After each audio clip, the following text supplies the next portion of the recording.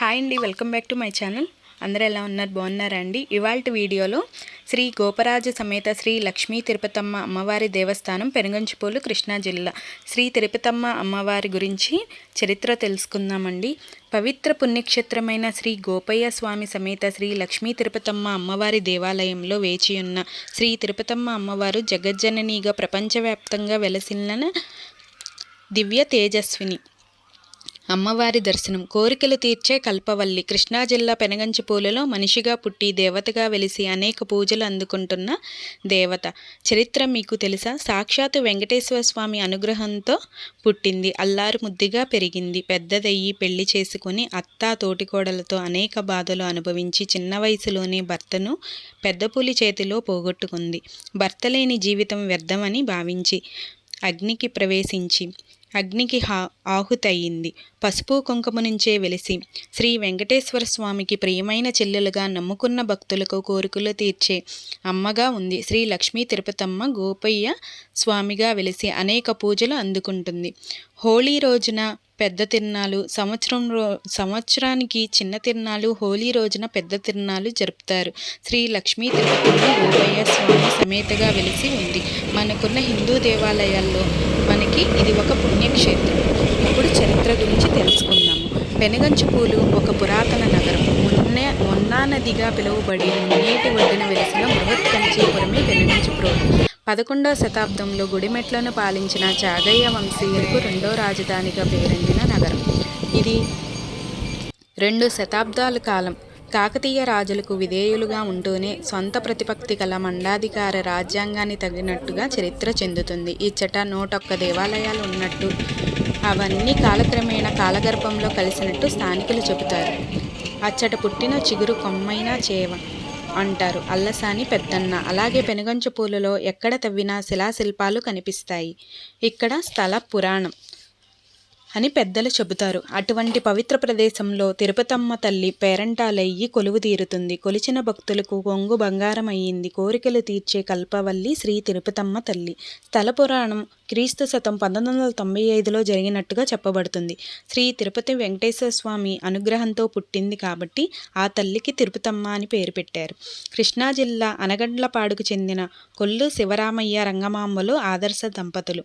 భగవంతుని యందు అపార భక్తి విశ్వాసము కలిగి సేవలను అందుకుంటూ కీర్తి ప్రతిష్టలు గాంచిన కుటుంబం వారిది. ధనధాన్య పశుబంధు మిత్రులను కొలులుగా ఇచ్చిన ఆ భగవంతుడు ఆ కొల్లవారి కుటుంబానికి సంతాన యోగం లేకుండా చేశారు.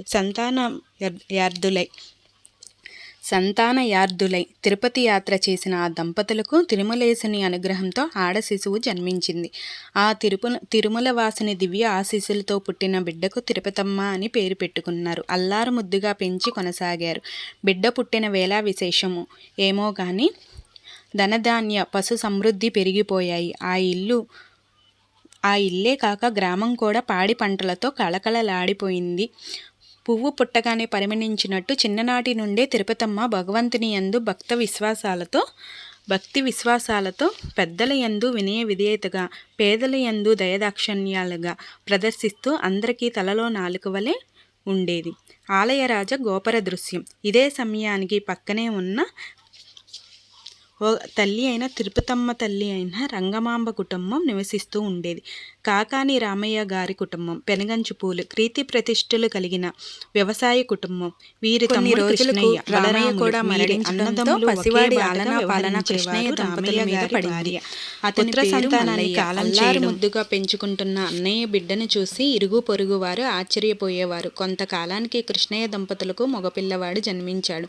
అతని పేరు గోపయ్య అని పెట్టారు. కృష్ణయ్యకు వ్యవసాయ పనుల్లో సాయం చేసి మల్లయ్య గోపయ్యలకు పెరిగి పెద్దవాళ్ళయ్యారు. యుక్త వయసు అయిన మల్లయ్యకు అనిగడ్లపాడుకు చెందిన కన్నేటి వారి ఆడపడుచు చంద్రమ్మనిచ్చి వివాహం చేశారు.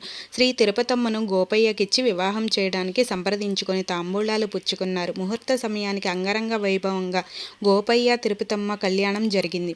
2 గ్రామాలలో పండగ వాతావరణం వెల్లివిరిసింది. తిరుపతమ్మ అత్తవారింట అడుగుపెట్టింది. ఆడపడుచును అత్తవారింటికి పంపిస్తూ గృహ ఉపకారాలతో పాటు ఒక గోవును కూడా భరణంగా పంపించారు. స్థితిమంతుడైన శివరామయ్య కొత్త కోడలి రాకతో వారింటికి కళ వచ్చింది. పాడి పంటలు సిరి సంపదలు వృద్ధి చెందాయి. లక్ష్మీదేవి వచ్చిన వేళ విశేషమని నలుగురు చెప్పుకున్నారు. క్రమక్రమంగా తోటికోడలు చంద్రమ్మ మనసులో ఈర్ష్యాసూయలు వచ్చాయి. అత్తను మనసును కూడా మార్చివేసింది. పోటి మాటలతో తిరుపతమ్మను వేధించసాగారు. ఇదే సమయానికి మొదిరోజు హంసరాజులైన పాపాయమ్మ వచ్చి తిరుపతమ్మతో పరిచయం చేసుకొని అన్ని రకాలుగా చేదోడు వాదోడుగా ఉండేది. తీరిక సమయంలో భాగవత రామాయణం చదువుతూ కాలక్షేపం చేస్తూ ఉండేవారు. కాలం ఎప్పటికీ ఒకే తీరుగా ఉండేది కాదు. కృష్ణా జిల్లాలో వర్షప్రవాహం పరిస్థితులు ఏర్పడ్డాయి. కరువు కాటకాల్లో జనాలు వలసలు వెళుతున్నారు. గొడ్లకు మేత దొరకడం గగనం అయిపోయింది.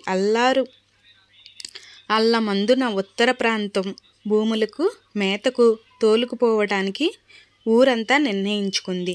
ఇంటికి ఒకరి చొప్పున మంద వెళ్ళాలని వచ్చింది. కృష్ణగారి ఇంటి నుంచి గోపయ్య బయలుదేరాడు. భర్త వెళ్ళడం తిరుపతమ్మకి ఇష్టం లేకపోయినా సందర్భం కాదని మాట్లాడకుండా ఉండిపోయింది. గోపయ్య అడవికి వెళ్ళిన దగ్గర నుండి తిరుపతమ్మకు తోటికోడళ్ళు పెట్టే ఆరెళ్ళు ఎక్కువైపోయాయి. ఇంతలోనే తిరుపతమ్మకు కుష్ఠవ్యాధి సోకెను. ఆమెను గొడ్ల సావిడిలో పడేశారు. ఎన్ని బాధలు పడుతున్నా పుట్టింటికి ఒక్క కబురు కూడా చెయ్యదు. అన్ని వేళలా పాపమ్మ చేదోడు వాదోడుగా ఉండేది. ఇంతలో గోపయ్యకు ఏవేవో పీడికలలు రావడంతో తమ ఆవులను తోటివారికి అప్పగించి పెనుగంచి పూలకు వచ్చును. ఇంట్లో తిరుపతమ్మ కనపడటం లేదు. అమ్మ వదినలు అడగ్గా పుట్టింటికి వెళ్ళిందని అబద్ధం ఆడారు. మున్నేటి ఒడ్డున అమ్మలక్కలు మాటలతో తిరుపతమ్మ కష్టాన్ని విని పరుగున గొడ్ల సావిడికి చేరుకున్నాడు. కుళ్ళు కృషించి నీరసంతో గోశాలలో పడి ఉన్న ఇల్లాలని చూసి ఆమెను పట్టుకొని బోరున విలిపించాడు. గోపయ్య వెంటనే వెళ్ళి మందను తోలుకు వచ్చి తిరుపతమ్మ దగ్గరే ఉండి ఆరోగ్యాన్ని చూసుకుందామని అనుకుంటాడు. తిరుపతమ్మ వద్దు అంటున్నా వినకుండా మందను తోలుకురావడానికి అడవికి వెళ్ళాడు గోపయ్య. అక్కడికి వెళ్ళేసరికి పరిస్థితి అంతా అస్తవ్యస్తంగా ఉంది. తిరుపతమ్మ పుట్టింటి నుంచి భరణంగా తెచ్చుకున్న ఆవును పెద్దపుల్లి నోటి కరుచుకొని పోయింది అని తోటి స్నేహితులు చెప్పారు. అసలే బాధలో ఉన్న గోపయ్య ఆవేశంతో గడ్రగొడ్డలి పట్టుకొని పులి గుహలోకి ప్రవేశించాడు. ఇంతలోనే విధి వక్రించి గోపయ్య నేల ఒరిగాడు. ఆ విషయం తన యోగా శక్తితో తెలుసుకున్న తిరుపతమ్మ యోగ అగ్నితో మరణించడానికి సిద్ధపడి గ్రామ పెద్దయిన శ్రీ శైలపతి గారికి పాపాయమ్మ ద్వారా కబురు చేసింది. చర్చోపచర్చలు తర్వాత పెద్దల అంగీకారం జరిగింది. వెంగమాంబ చంద్రమ్మలు తమ తప్పులను తెలుసుకుని తిరుపతమ్మను శరణవేడారు. పాపంబ వంశం అచంద్రకారము అభివృద్ధి చెందుతూ నిత్య నైవేద్య ధూపదీప హారతులు పాపమ్మ వంశం వారి నుండి లభించేటట్టు ఆదేశించిన తిరుపతమ్మ పసుపు కుంకుమలతో పాపంబకు అందించి పాపంబ కడసారి కన్నీటితో తిరుపతమ్మకు పాదాలకు పాలాభిషేకం చేసింది. సాయా సంధ్య వేళలో బాజా భజంత్రీలలో మారుమ్రోగుతుంటే దిక్కులు పిక్కటిల్లేలా జనసందోహం జయ జయ ధ్వనులు చేస్తుంటే తిరుపతమ్మ యోగా అగ్ని ప్రవేశం చేసెను. ఆ ప్రదేశంలో తిరుపతమ్మ తల్లి చెప్పిన ప్రకారం మంగళసూత్రం కుంకుమ భరణి దేవ్యోప్యమానంగా ప్రకాశించి గోపయ్య తిరుపతమ్మ విగ్రహాలు లభించాయి. గ్రామ పెద్ద అయిన శ్రీ శైలపతి గారు ఆంధ్రప్రదేశ్లోనే దివ్య యంత్రాలతో ప్రతిష్ఠ కార్యక్రమాన్ని నిర్వహించి ఆలయాన్ని నిర్మించారు. తమ్ముడు మరణం మరదలు యోగ అగ్ని ప్రవేశంతో దిగులుపడి మంచం పట్టి మరణించాడు మల్లయ్య. తన తప్పులను తెలుసుకున్న చంద్రమ్మ పసిపాపతో సహా సతీసగమనం చేసింది. శ్రీ శైలపతి గారికి తిరుపతమ్మ కలలో కనిపించి చెప్పడంతో చంద్రమ్మకు కూడా ఆలయం నిర్మించారు. అమ్మవారి ఆలయానికి దక్షిణాయనంగా గుడి కట్టించారు. ముందుగా చంద్రమ్మ దంపతులను దర్శించుకొని తిరుపతమ్మ దర్శనం చేసుకోవాలని భక్తుల పాలిట నియమం. ఆనాటి నుంచి తిరుపతమ్మ పేరంటాలు భక్తుల పాలిట కామధేనువై కోరిన కోరికలు తీరుస్తూ భక్తులు మొక్కులు అందుకుంటూ కాపాడుతుంది ఆ తల్లి. మేళతాళాలతో అమ్మవారి మొక్కులు, అలాగే కోడిని కానీ మేకను కానీ మీరు అనుకున్న మొక్కి మేళతాళాలతో అమ్మ ఆశీర్వాదం తీసుకుంటే అంత మంచి జరుగుతుందండి. అప్పుల బాధలే కానీ, సంతానం లేని వాళ్ళే కానీ, అలాగే ఫైనాన్షియల్ ప్రాబ్లమ్స్, అలాగే పిల్లలు లేని వాళ్ళు, పెళ్ళి కాని వాళ్ళు కూడా అమ్మని దర్శించుకుంటే మీకు ఏదన్నా ఆపదలో ఉన్నా కూడా ఆ తల్లిని దర్శించుకుంటే అంతా మంచే జరుగుతుందండి. Thank you for watching. మీకు కానీ నచ్చితే లైక్ చేయండి, షేర్ చేయండి, సబ్స్క్రైబ్ చేయండి. మరిన్ని వీడియోస్ కోసం మళ్ళీ కలుద్దాం. Thank you for watching.